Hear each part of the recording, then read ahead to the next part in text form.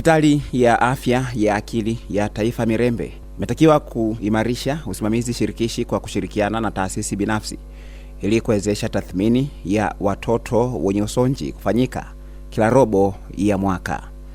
Haya yameelezwa na Dr. Omari Ubuguyu, mkurugenzi msaidizi wa magonjwa yasiyo ya kuambukiza, kwa niaba ya mganga mkuu wa serikali Dr. Grace Magembe wakati wa maadhimisho ya siku ya usonji duniani yalofanyika katika hospitali ya Mirembe mkoani Dodoma.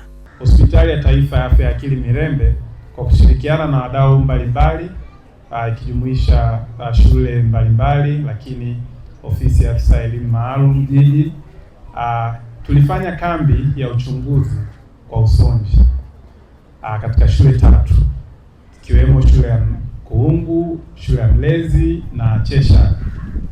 Lengo lilikuwa ni kuwafikia watoto mapema, kubaini viashiria vya usonji na kutoa ushauri wa kitaalamu kwa wazazi na walimu.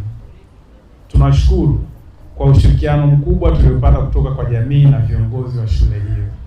Kama mlivyosikia, tumepata zaidi ya watoto 128 na tumetoa huduma pia kwa wazazi, na kuna wazazi walionekana kabisa wanahitaji msaada zaidi, na ni kitu ambacho kama hospitali tunaona tunabidi tuwekeze zaidi pia kwa ustawi wa wazazi ambao wanahudumia watoto wenye mahitaji maalum. Dr. Ubuguyu ameipongeza hospitali hiyo kwa juhudi zake za kutoa huduma kwa watoto wenye changamoto ya usonji na kusisitiza umuhimu wa kuendelea kushirikiana na taasisi binafsi ikiwemo shule maalum ili kuboresha zaidi huduma kwa jamii. Hospitali ya Mirembe inafanya kazi kubwa kuhakikisha watoto wetu wanapata huduma ya physiotherapy na occupational therapy katika vituo vyetu mbalimbali, hususan katika kituo chetu cha upimaji Nkuungu. Kila Ijumaa tunapata huduma ya mazoezi. Makofi kwao tafadhali.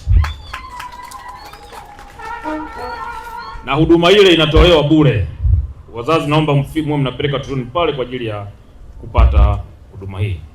Lakini mheshimiwa mgeni rasmi, wazazi wote wasio na bima, nitoe wito hapa, naomba mjiandikishe kwa walimu wenu. Mkurugenzi wa jiji la Dodoma ameanza mchakato wa kuhakikisha watoto wote wenye mahitaji maalum jiji la Dodoma wanapata bima,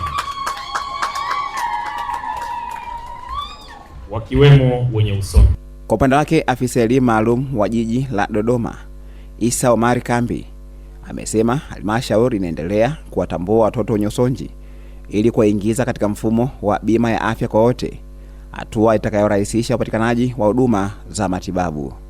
Vituo vimeboreshwa na hospitali zetu nyingi za rufaa za mikoa, hospitali za halmashauri, shule jumuishi na hospitali za taifa zimeongeza vitengo ambavyo vinatoa huduma za matatizo haya ya usonji. Mwisho, kwenye hotuba yetu kulikuwa na eneo la wito kwa jamii, na wito nadhani ndugu yangu Kambi kama sehemu ya mkoa na jiji umeianza kuizungumza, na wito kwa wazazi. Jamani, tumeanzisha bima ya afya kwa wote. Tunasikilizana wazazi? Tumeanza kuwa na bima ya afya kwa wote. Mkoa wa Dodoma ni miongoni mwa mikoa ambayo inakuwa mikoa vinara katika kuhakikisha kwamba wazazi au jamii za wakazi wa Dodoma wanahakikisha nao wanajiunga katika bima ya afya kwa wote.